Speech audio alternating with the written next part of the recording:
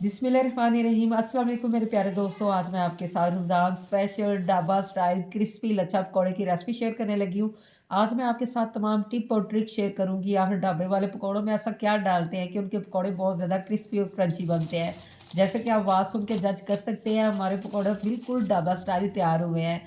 ये इतने ज़्यादा क्रिस्पी और फ्लेवरफुल बनते हैं, मेरी आपके साथ गारंटी है। आपने एक दफ़ा ट्राई कर लिया, इंशाल्लाह पूरे रमज़ान आप इसको बार बार बना के खाएंगे। हम इसको बनाएंगे और पूरे रमज़ान के लिए स्टोर भी करेंगे। बिस्मिल्लाहिर्रहमानिर्रहीम। मैंने इधर लार्ज साइज़ के 2 आलू ले लिए हैं। पहले मैंने इनको अच्छी तरह वॉश कर लिया था। वॉश करने के बाद आपने इसके ऊपर जो ब्रीक स्किन है ना, इसको उतारना है। इसको मोटा मोटा नहीं काटना छिलके को। अगर आप ब्रीक स्किन उतारेंगे ना, आपके पकौड़े बहुत ज़्यादा क्रिस्पी बनेंगे। साथ मैंने पानी भी रख लिया है ताकि हमारे आलू काले ना हो। कटिंग करके आप पानी के अंदर इसको ऐड करते जाएँ। 3 से 4 स्लाइस मैंने लंबाई में कर लिए हैं। इनकी लंबाई ज़्यादा थी तो फिर सेंटर में मैंने इनको हाफ़ कर लिया और बिल्कुल ब्रीक-ब्रीक इसको ना ऐसे आपने काट लेना है। यानी हमने इसके लच्छे बनाने हैं। जितने भी आप आलू ब्रीक काट सकते हैं ना, उतने आपने आलू ब्रीक काट लेने हैं। इसी तरह मैं सारे आलू ना काट लूँगी। अब मैंने 2 प्याज़ लिए हैं। प्याज़ को अब मैंने छिलका रिमूव कर लिया है और प्याज़ को सेंटर में हाफ़ करके आपने ऐसे इसके स्लाइस करने हैं। तो जब ये स्लाइस ओपन होंगे तो ये बिल्कुल ब्रीक-ब्रीक इसके लच्छे बन जाएँगे, जो कि पकौड़ों में बहुत ज़बरदस्त लगेंगे। इसी तरह मैं दोनों प्याज़ की कटिंग कर लूँगी। फिर मैंने इनको अच्छी तरह वॉश करके इनको सारा पानी ना स्ट्रेन कर लिया है। तो ये देखिए, आप प्याज़ और आलू के लच्छे चेक कर सकते हैं कितने ज़्यादा मैंने इनको ना बारीक काटा है। तो अब हम इसका मिक्सचर रेडी करते हैं। मैंने एक सेपरेट बाउल ले लिया है। सबसे पहले जो हमने वेजिटेबल कट की है ना, वो आपने ऐड कर देनी है, यानी आलू और प्याज़। उसके बाद चंद स्पाइसेस ऐड करेंगे। 1 टीस्पून इसमें मैं नमक ऐड कर रही हूँ।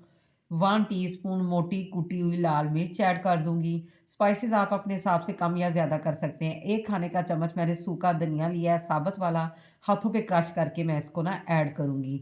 2 चुटकी मैंने इधर अजवाइन ली है, इसको भी हाथों पे मसल के आपने ऐड करना है। हाफ़ टी स्पून हल्दी ऐड कर दिया है। इसी तरह मैंने ना हाफ़ टी स्पून लाल मिर्च का पाउडर भी ऐड कर दिया है। 3 से 4 मैंने हरी मिर्च को बारीक-बारीक काट लिया है। अगर आप ज़्यादा स्पाइसेस नहीं रखना चाहते तो आप हरी मिर्च कम कर सकते हैं। 2 से 3 जवे मैंने लहसुन के पीस लिए हैं। इससे बड़ा ज़बरदस्त सा फ्लेवर आता है, ये आपने मस्ट ऐड करना है। 1 खाने का चम्मच नारदाना भी ऐड करूँगी। नारदाना और अजवाइन ऐड करने से हमारे पकौड़े बड़े हाज़मेदार बनते हैं। बाज़ लोगों को पकौड़े सूट नहीं करते, वो हज़म नहीं होते। अगर ये दोनों चीज़ें ऐड करेंगे तो आपको फ़ील ही नहीं होगा कि आपने कुछ खाया है। अब सारी वेजिटेबल को आपने स्पाइसेस के साथ अच्छी तरह मिक्स करना है। इतना अच्छा मिक्स करना है कि सारे स्पाइसेस वेल कंबाइन हो जाए। फिर आपने इसको आधे घंटे के लिए कवर करके रख देना है। आधे घंटे के बाद आप देखेंगे वेजिटेबल ने अपना पानी छोड़ दिया है, तो ये काम आपने लाज़मी करना है। बाज़ लोग ऐसे नहीं करते, फिर उनके पकौड़े परफेक्ट नहीं बनते। इसके बाद मैं इधर 1 प्याली बेसन लिया है। बेसन को मैंने छान लिया था और 1 प्याली मैंने हरा धनिया भी ऐड कर दिया है। अब आपने इस ड्राई को अच्छी तरह मिक्स करना है। तो इधर जो वेजिटेबल ने पानी छोड़ा होगा ना, उससे ही हमारा ये सारा मिक्सचर ना अच्छी तरह मिक्स हो जाएगा। हमें पानी ऐड करने की ज़रूरत नहीं पड़ेगी। यही तो ढाबे वालों का वो सीक्रेट है, जो वो पकौड़ों में यूज़ करते हैं, उनके पकौड़े क्रिस्पी बनते हैं। यही तो वो सीक्रेट है जो ढाबे वाले हमसे छिपाते हैं, वो पानी ऐड नहीं करते। पहले मैंने आधा बेसन डाला था, आधा मैं अभी डालूँगी, साथ-साथ चेक करते जाएँ। जितना बेसन चाहिए हो ना, उतना आप डाल लें। टोटल मैंने इसमें 1 प्याली बेसन डाला है और ऐसे ड्राई को अच्छी तरह मिक्स करती जाऊँगी। तो जनाब, इधर मुझे पानी यूज़ करने की बिल्कुल ज़रूरत नहीं पड़ी। ऐसे ही मेरा मिक्सचर ना अच्छी तरह ये देखिए बेंड होना शुरू हो गया, मिक्स हो गया है। अगर आपको लगे कि इधर पानी की ज़रूरत है तो आपने हल्का-सा छींटा इसके अंदर लगाना है, पानी ज़्यादा ऐड नहीं कर देना। मैं तो आपको यही राय दूँगी, पानी आपने ऐड नहीं करना। तो इधर 1 चुटकी मैंने मीठा सोडा ऐड कर दिया। मीठा सोडा ऐड करने से हमारे पकौड़े क्रिस्पी बनते हैं और फूले हुए बनते हैं।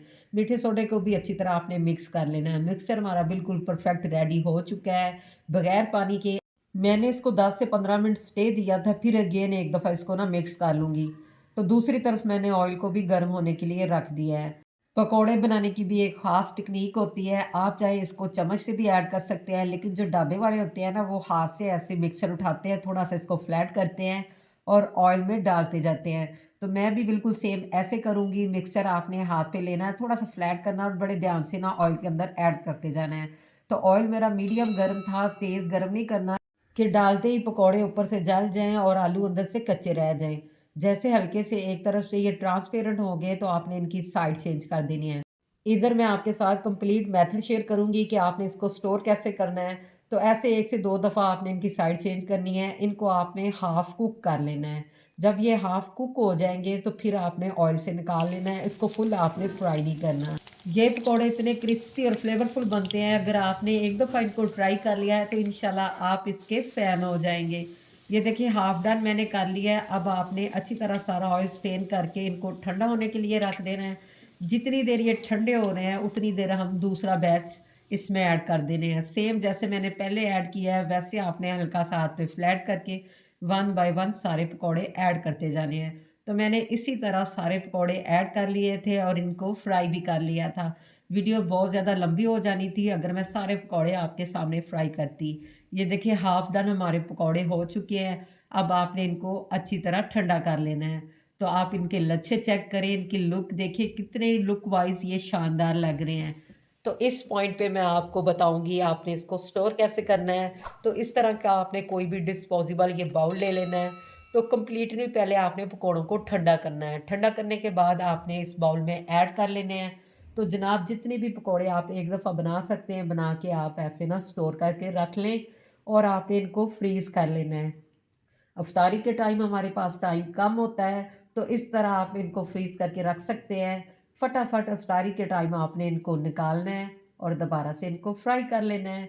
इस पॉइंट पे अगर आपको लग रहा है कि पकौड़े ज़्यादा बड़े बन गए हैं, तो आप इनको सेंटर से काट के छोटा भी कर सकते हैं। लेकिन मैं इनको इतना ही रखूँगी, मैं ज़्यादा इनको छोटा नहीं करूँगी। अगर आपने इनको बिल्कुल लुक वाइज़ ढाबा स्टाइल बनाना है, तो फिर आपने इनको काटना नहीं है। ढाबा स्टाइल वाले पकौड़े बड़े-बड़े साइज़ के होते हैं। तो जनाब मैंने दोबारा से ऑयल को गर्म होने के लिए रख दिया था। जो हमारे पकौड़े ठंडे हो चुके थे यानी हमने फ्रीज़ किए थे उनको निकालना है और आपने इनको फ्राई कर लेना है।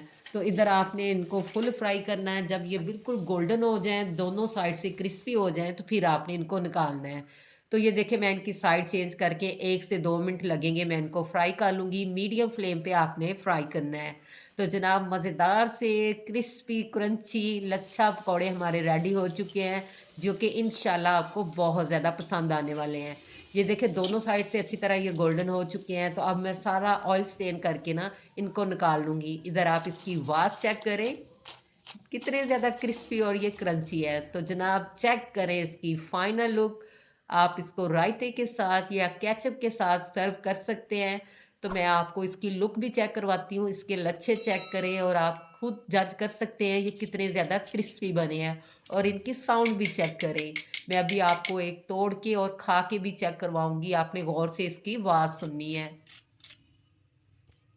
जब हम पकोड़ों को डबल फ्राई करते हैं तो ये बहुत ज़्यादा क्रिस्पी बनते हैं। जब हम ढाबे से लेने जाते हैं ना, तो उन्होंने ऐसे ही हाफ फ्राई करके रखे होते हैं, फटाफट हमें फ्राई करके ना गरमा-गर्म पकोड़े दे देते हैं। इसी पॉइंट पे आपसे रिक्वेस्ट है, अगर आज की आपको मेरी रमज़ान स्पेशल ढाबा स्टाइल लच्छा पकौड़े की रेसिपी ज़रा से भी पसंद आई हो, तो आप मेरे चैनल को सब्सक्राइब कर दें, मेरी वीडियो को लाइक कर दें, फ्रेंड और फैमिली मेंबर में शेयर कर दें और बेल आइकन को ज़रूर प्रेस कर लें ताकि हर न्यू वीडियो का नोटिफिकेशन सबसे पहले आप तक पहुंच सके। तो जल्दी से अभी से बना के इसको स्टोर कीजिए। इसके साथ ही मुझे इजाज़त दीजिए, मिलते हैं नेक्स्ट अच्छी सी रेसिपी या रेमेडी के साथ। टिल देन अल्लाह हाफिज़।